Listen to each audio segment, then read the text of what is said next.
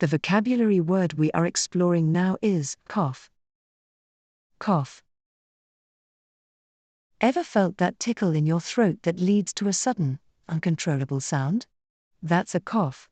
Whether due to illness or clearing your throat, coughing is a natural reflex to help protect your airways. Meaning of cough.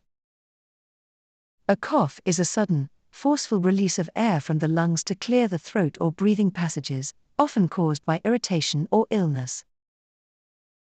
Examples: he had a dry cough that kept him up all night. She covered her mouth when she felt a cough coming. The cold weather made his cough worse. Short story. During winter, Max caught a cold that came with a stubborn cough. He tried everything: warm tea, rest, and even honey.